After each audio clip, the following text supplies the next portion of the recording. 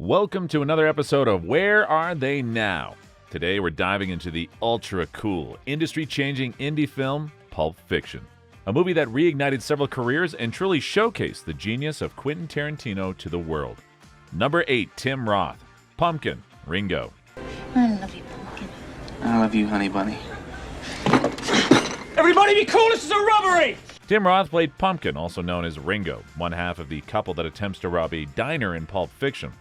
Although Roth and his co-star Amanda Plummer didn't get as much screen time as others in the movie, they definitely left their marks. Roth had previously worked with Tarantino on Reservoir Dogs, where he played the undercover cop Mr. Orange. This cop's waiting moving a block away. What the fuck are they waiting for? After Pulp Fiction, Roth continued his collaboration with Tarantino, starring in 4 Rooms and The Hateful Eight. He also appeared in films such as Rob Roy, for which he received critical praise from both critics and fans, along with Planet of the Apes, The Incredible Hulk, and the popular television series Lie to Me. Number 7, Harvey Keitel, Winston the Wolf. Jimmy, right? This is your house? Sure is. I'm Winston Wolf. I solve problems. Good, we got one. So I heard. May I come in? Yeah, please do. Harvey Keitel was already a respected actor before Pulp Fiction, known for his roles in films like Taxi Driver and Reservoir Dogs, the latter of which was also directed by Quentin Tarantino. In Pulp Fiction, Keitel played Winston Wolf, the cool-headed fixer who helps Jules and Vincent clean up a particularly messy situation. Following the success of Pulp Fiction, Keitel continued to be a sought-after actor with roles in a wide variety of films. He reunited with Tarantino for From Dusk Till Dawn, and he worked with other acclaimed directors like Martin Scorsese in The Irishman. You know who owns the Cadillac linen service? Some Jews in the laundry business, that's what they told me. They own a part of it.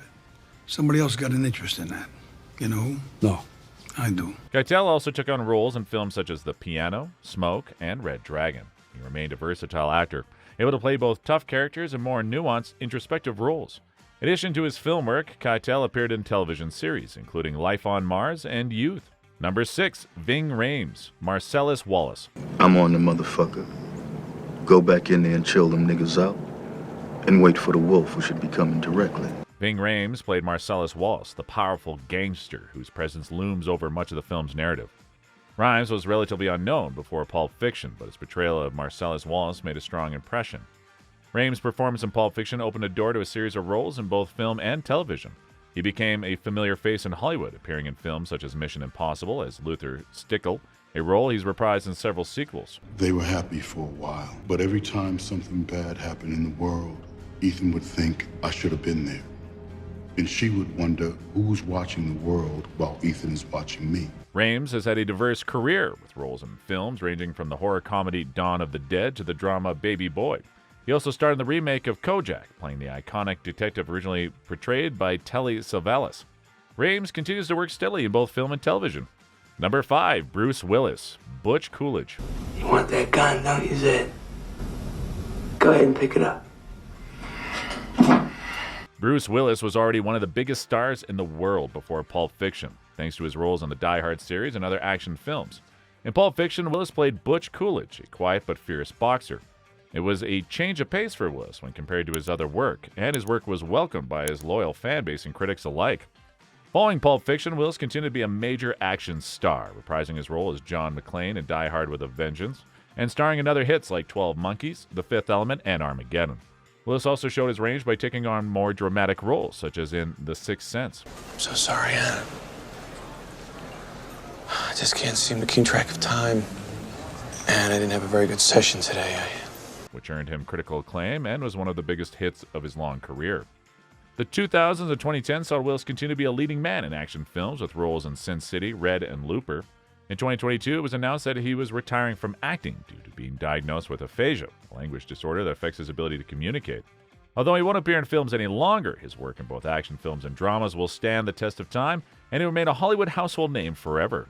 Number 4, Uma Thurman, Mia Wallace. So, Marcella said you just got back from Amsterdam. Sure did. How long were you there? Just over 3 years. Uma Thurman played Mia Wallace, the wife of gangster Marcellus Wallace, in one of her most memorable roles. The scene where she dances with John Travolta's character in Jack Rabbit Slim's Diner is one of the most iconic moments in film history, well known even by people who have never seen Pulp Fiction.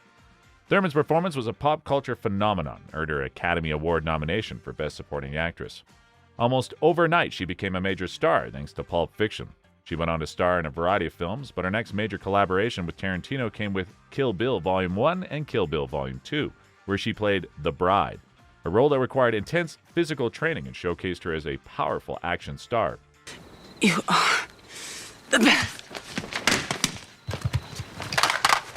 Oh, Mommy, don't die. The Kill Bill films were both commercial and critical successes and have since become cult classics.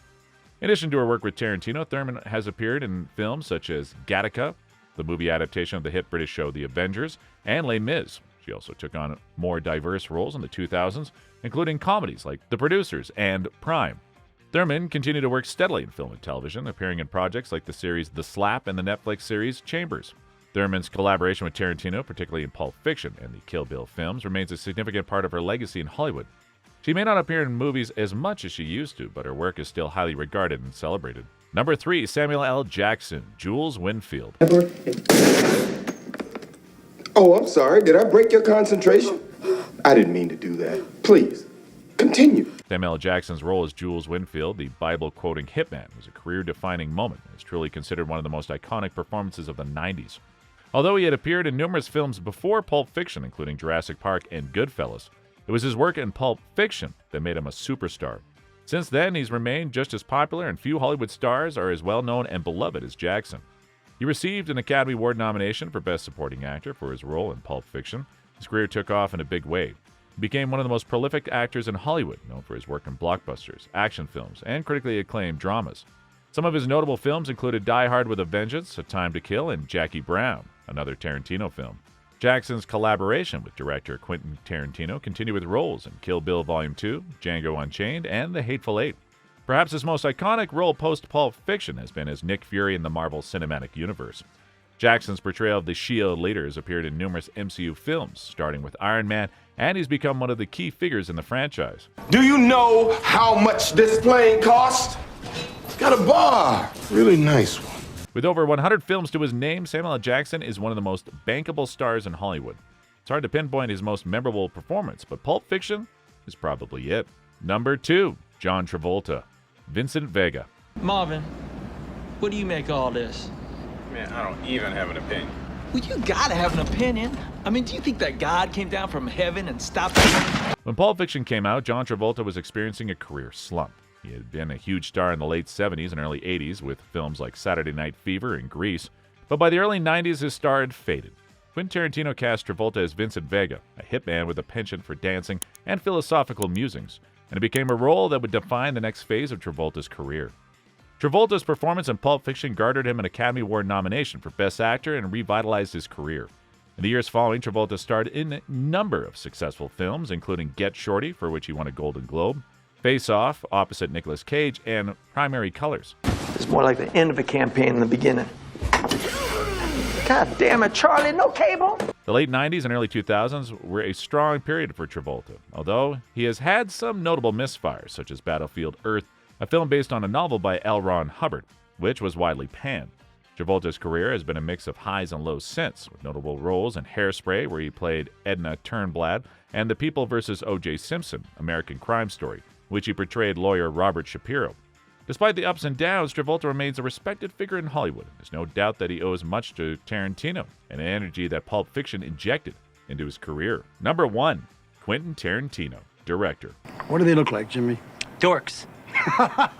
They look like a couple of dorks.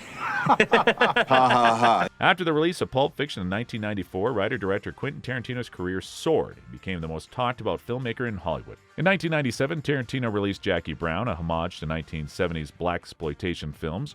Though not as revolutionary as Pulp Fiction, it was well-received and solidified his status as a versatile filmmaker. Tarantino then took a 6-year hiatus from directing before returning with Kill Bill Volume 1 and Volume 2, action-packed martial arts films that showcased his love for genre cinema. He continued his exploration of different genres with Death Proof, though it wasn't as commercially successful. Tarantino regained critical acclaim with Inglourious Basterds, a revisionist World War II film, and Django Unchained, a western that earned him another Oscar for Best Original Screenplay. In 2015, Tarantino released The Hateful Eight, a tense western set in a snowbound cabin, shot in ultra-wide 70mm film. His most recent film, Once Upon a Time in Hollywood, was a nostalgic look at 1960s Hollywood, earning 10 Oscar nominations and winning 2. Do you look back on your career and say, this is the defining movie of my life? I really do think Once Upon a Time in Hollywood is my best movie. Tarantino has expressed his intention to retire after making 10 films, citing a desire to leave the industry while still at the top of his game. He remains an iconic figure in cinema, known for his distinctive style, sharp dialogue, and deep appreciation for film history. Few movies affected pop culture in Hollywood like Pulp Fiction. It brought some stars back into the fold and started the careers of others. Decades later, it's still the epitome of cool and is a bona fide classic.